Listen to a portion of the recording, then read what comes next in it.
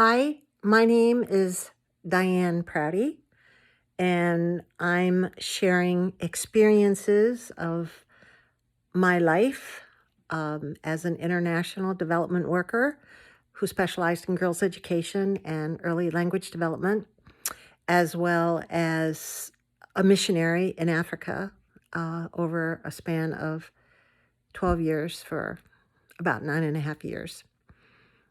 And I'm going to share with you a story today about some of our early celebrations when we first moved to Zaire. So we arrived in October, early October, and those first couple of months were tough. Very quickly, we had to face things that no one wants to face. We had a 3-bedroom home. Having said that, the one bedroom was not really that usable, and at least not at first. And Heather and Danny shared a room together with 2 twin beds, and they just loved jumping from one bed to the other. And these were locally made beds, and the wood was thick and hard, although all wood, I suppose, is hard. And one day, shortly after we arrived in Zaire, Heather was jumping and missed the other bed. She was just short of it. Not much, but nonetheless enough that she came down and hit her face quite hard, and she broke her nose. Very quickly, her nose swelled so that it just went from the tip of her nose to the forehead. And it didn't take long for her to get the 2 most impressive shiners in the world. And obviously, I was extremely distraught. Little did I know that would be the first of many accidents. And we had a nurse on the compound. Her name was Bonnie Roos. She was one of the most patient, kind, generous persons I've met in my life. And I can remember how Bonnie would just kind of contemplate and think carefully about things when I would run to her and say, Bonnie, I need help. And that was one of those days when I ran to Bonnie, crying, Heather's hurt herself. And I mean, within minutes, Heather's nose was totally swollen, and Bonnie came and, yeah, she's broken her nose, and Heather's crying. I mean, I'm sure it hurt a lot. And, Bonnie said, she looked up her nose and she said, it all seems to be intact. I mean, it's not crooked or anything. And she just said, there's not much we can do, and there's no place we can really take her. And it was like, what do you mean there's no place we can take her? She's got a broken nose. And, the truth of the matter is there was no place we could take her. There were 2 hospitals, one I would call a quasi-hospital. And I can remember there were Peace Corps workers who had T-shirts made that if they had an accident, don't take them to this hospital. It was pretty bad. But the other one was actually quite good, Nyankundi, and it was where eventually my youngest child would be born. But it was at times impassable. The roads would be cut off, mudslides or whatever. But there was no vehicle to take us to the hospital at that time. And, Heather had a broken nose. And when we had been planning on moving to Zaire, we had been prepping the kids, and we kept telling them that they were going to be moving to Africa, where they were going to be seeing lions and giraffes and elephants. And, we did believe that. And first off, there were no giraffes in the park where we were in Rwindi. And secondly, we were a long ways from that park. And there weren't really any animals where we were, at least none of the exotic ones. So, Heather had a broken nose. And one of the pilots, small bush planes, that's how we moved about when we had to go any distance. And the church headquarters were in Lubumbashi, which was in the southern part, down in near Kolwezi in Shaba province. And one of the pilots who was stationed down there had flown up. And I'll never forget the first time he came, and Heather had these two black eyes and this nose that was badly, badly swollen. And she is meeting him for the first time, and she runs over and all excitedly tells him, guess what, guess what? And he goes, guess what, what? And she says, we're moving to Africa, and we're going to see lions and giraffe and hippos. And he was a tall man, and he had a big, big dark beard, and he just roared laughing. And like, where do you think you are? Well, she wasn't in Africa because there were no lions and giraffe and hippos. I mean, she was convinced that she wasn't there. And it was just so funny to hear her running around and telling everybody that she was going to be moving to Africa. Another thing that happened shortly after we went, if you really needed something, you had to take it with you. You couldn't be guaranteed to get stuff. I mean, we were going out for 3 years. Every 3 years, you got a furlough. But in theory, you were there for 3 years. And I mean, just to have a letter go to my parents and come back could take up to 3 months. It was, the separation from family was one of the huge sacrifices of being in the mission field, if not the most significant sacrifice. And it was, my children were the only grandchildren that my parents had. And now that I'm a grandmother, I recognize what a sacrifice my parents made to have their 2 adored grandchildren go off and not be able to see them for 3 years. When kids are little, a lot happens in 3 years, a lot. And one of the things, you had to take shoes. You had to anticipate, well, what size are my kids going to be in 3 years? There's no guarantee you could find shoes for your kids, clothes, anything like that. And one of the things that we had taken a lot of were meds, antibiotics, birth control, and aspirin, especially baby aspirin. I tried to calculate how much baby aspirin do I think I'll need in the next 3 years. As it turns out, we could have gotten that, but there's no guarantee. And I had a 3-year supply of baby aspirin, and I didn't have any place I could lock it up. So I had put it on the topmost shelf in the pantry in a box, big wooden box that we had. And I thought it was safe there. But shortly after the broken nose incident,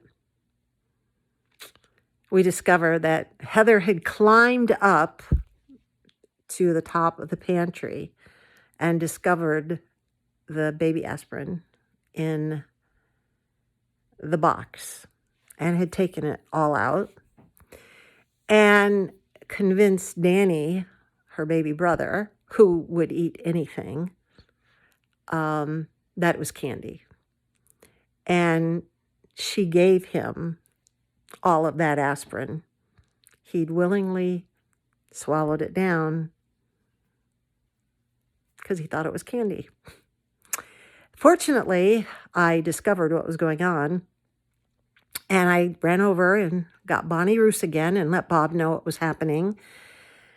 And Bonnie said, well, she gave us our options, and we agreed that she would stick her finger down Danny's throat. But we also wanted Heather to learn that she couldn't do things like that. I mean, there were baby-proof lids on those baby aspirin bottles. I had struggles to get them off, but she managed to get them all off. And the seal that was on them. And so we decided that both Danny and Heather were going to have Bonnie stick her finger down their throat. Oh, and Heather was mad. She was so upset. I mean, it was Danny who ate them, but we'd said, but you were the one who gave them to them, gave them to him. And, did she realize it was medicine?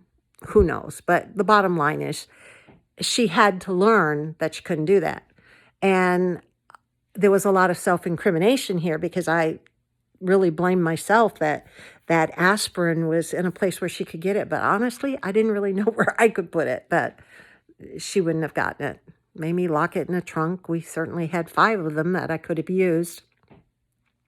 But there were things like that happen that you just don't think about when you live in the States, on trying to navigate the early changes that you're making when you move to a new country, and particularly one that is a culture that's so different than your own. And shortly after we arrived in Zaire, Danny and I got sick. And Bonnie said, well, it sounds like malaria. But we had only been in a place where there was malaria when we were in Gethsemane that first week. And we were on malaria prophylaxis the required amount of time. But, indeed, we later had it confirmed when we went to the Tropical Disease Center in Toronto. Danny and I had picked up Vivax, malaria. In 1 week, the first week, Bob and Heather never got it. So we struggled with that. We struggled with getting amoeba. And one of the things that we took out was worm medicine, Vermox. And we got worms. As careful as you were, you picked these things up. The kids picked up scabies. They played with the village kids, and the village kids had them. They got lice. I mean, all these things that I just never planned on having to deal with, we had to deal with. And, it just became a daily challenge trying to cope and navigate those things that we were having to do. One of the things that brought us great joy, but in that first year was challenging, were special events. And the first Christmas that we were in Zaire, I wanted to make it special. We had actually packed a fake Christmas tree with some decorations and things. And one of the things is that it's 220 electricity and the different cycle than it is in the U.S. So anything you bring from the U.S., you had to bring a step-down transformer to use. So we did have Christmas lights eventually, but that first year, we didn't have anything. And I had brought several gifts with us and our baggage on the plane, Christmas presents for Heather and Danny, so that they would have a few things. And I'd even snuck in a few for Bob. I want to point out Bob didn't sneak any in for me, but that's another story. And but I didn't have any Christmas tree. And one of the things that Bonnie Roos did religiously was every time she got an avocado, she would root it and she would plant an avocado tree.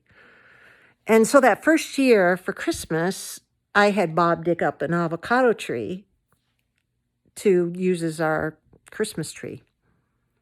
And it worked for like 3 or 4 days. And then the avocado tree died. Well, we just went out and I had Bob dig up another avocado tree. And we did that over the series of the days until Christmas. And eventually Bonnie kind of begged me not to keep digging up her avocado trees. They were not that tall, maybe 4 feet tall, but it took a long time for those trees to grow to be 4 feet. And I consumed a lot of avocado trees that year, but we had some paper strings that we made. And as I recall, somebody gave me some popcorn, which we were able to make some popcorn strings. And I know that there was a lot of temptation to eat the popcorn. That was really special there. But Bob is the one who made the crowning glory on the tree. He found a ring of keys that he kind of threw on the top of the tree that served as the star of our first Christmas tree. And it may have been a very sad looking little tree, but it actually was a really special Christmas tree. It, we had managed to survive the first couple of tough months, and we were making a go of it. We'd been through a couple of horrible emergencies, and yet we were learning to um, make do in a place where we were so blessed and had so much more than the people around us. And the longer that I lived in Zaire, the more I realized that none of us appreciated all the ease that we had in terms of living. I don't think there's any people in the world that work harder than African women. Um, in that part of Africa, they weave a rope that's flat. And when the women carry the baskets, they do carry them on their head, but they frequently would sort of carry them on their back with that rope looped around the basket and across their forehead. And they would carry such heavy loads and loads so frequently that they literally have a pattern of that rope that is embedded in their forehead. And it's kind of like a beast of burden that they almost became. They always were working, and frequently they had a baby on their back, one in their stomach, and one on their side. And they would run on their way to the market, trying to get there first to sell their wares. And the longer I was around them and their generosity, I didn't know how to do anything. And it was the local women who taught me how to do everything. They taught me how to roast peanuts so that we could have peanut butter. And they showed me how to grind it and turn they call them ground nuts there. Well, in French, it was arachide, but they're called ground nuts in English, and how to take them and make them into peanut butter. You think it's simple. Well, it is simple if maybe you add oil to add to them, but we didn't always have oil to add to it. And, they're the ones and the missionary wives that showed me how to, clean the wheat and turn it into flour. And everything that I just went to the store and bought in Canada and the US, I had to learn how to make in Africa, in Zaire. If you wanted it, you mastered it. My cookbooks were like precious to me because I was an okay cook, but I never made bread until I went to Zaire. And if we wanted bread, we had to make it. Anything. I had to learn how to take soybeans and make tofu and make soybean milk. I had to learn how to wash gluten to produce seitan, a vegetarian meat substitute. I had to learn how to use palm oil because that was the oil that was most frequently used. And you can't just use palm oil. You have to learn how to heat it and kind of burn it to make it edible. Otherwise, it has the most horrible taste in the world. I never really mastered that. I'll be honest about that. But it was just such a challenge to just the daily events of life. And I didn't teach anybody there anything. Everything was taught to me. And actually, that's not totally true. I did like to sew. And I tried to help the women, the community, the local women, the village women, learn how to sew some very simple clothes, little shorts for the kids. And we tried tops, but that didn't go too well. But they did master how to sew by hand, obviously, to make little shorts for their kids. Not with elastic, but with pull ties on it to tighten it at the waist. And the other thing was how to deal with the poverty and the sickness. Shortly after we arrived in Zaire, and I want this story to go out to all the anti-vaxxers out there. they didn't have refrigeration where we were, and the vaccines had not arrived in that part of Africa. None of the kids were vaccinated. And shortly after we arrived in Zaire, measles went through. And there was a family in the village across the rutted road, literally right across from where our compound was, who lost all 5 of their children that year from the measles. And they had taken the kids over to that hospital that nobody wanted to go to. They had taken them there to try to save their life, but they were too sick. And the best way to get to that hospital was to go around and to like on the other side of the valley and go through a rainforest. And we were the house that was closest to, it was quite a distance, but nonetheless, we were at the top of the mountain, that mountain, and across the valley is where the road was, one of the worst roads in the area. And I'll never forget when they brought the 5 bodies back for those 5 children. I could hear the mother when the truck was still on that side of the valley. I could hear her crying, sobbing, wailing, because she lost all her children.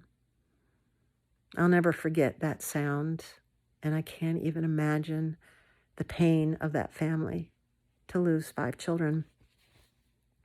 One of the other missionaries who was with us, Jan Roberts, her husband was the pilot, and they lived in a strip that was actually about 45 minutes away. She was a nurse, and one of the things that she was determined to do was to bring vaccines into that community. And her husband collaborated with UNICEF, and Loma Linda University in California actually gave her a solar-powered refrigerator so that indeed we'd have the refrigeration for the vaccines. And she traveled from village to village talking with the chiefs and demonstrating to them the value of getting those children vaccinated. And until that point, every year when measles would come through, and invariably it would, there would always be children, many children, who would die. And no matter how hard the families tried, there was nothing to do about it.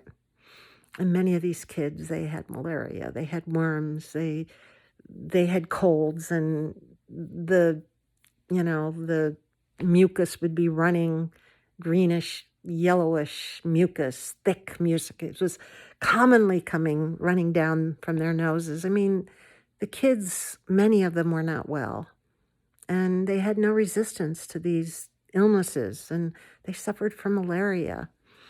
And Jan worked with everyone, all these chiefs who basically told the mothers, you're going to take your babies and you're going to take your children. And they would walk literally for days, babies on their back, babies on their side, and they came to Jan and they got their children vaccinated.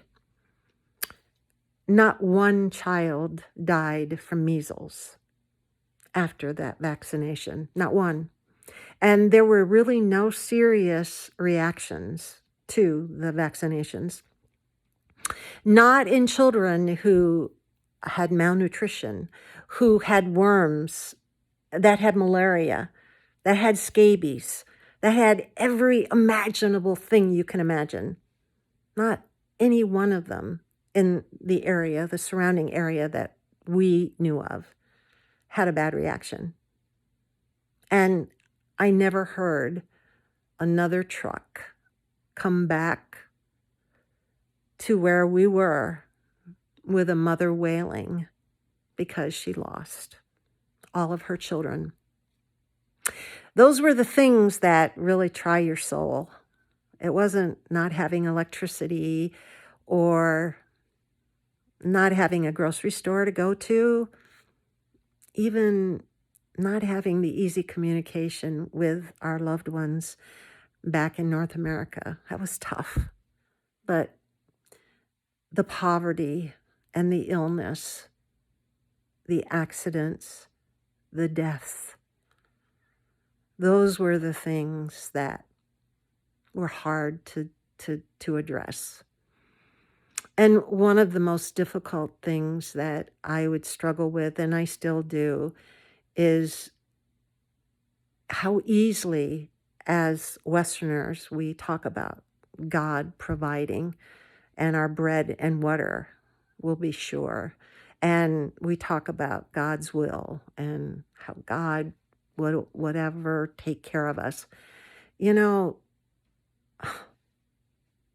an enormous amount of children go to bed in the world hungry, their stomachs gnawing from hunger.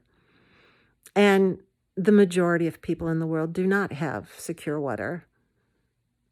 Most of them, in fact, many do not even have any access to water.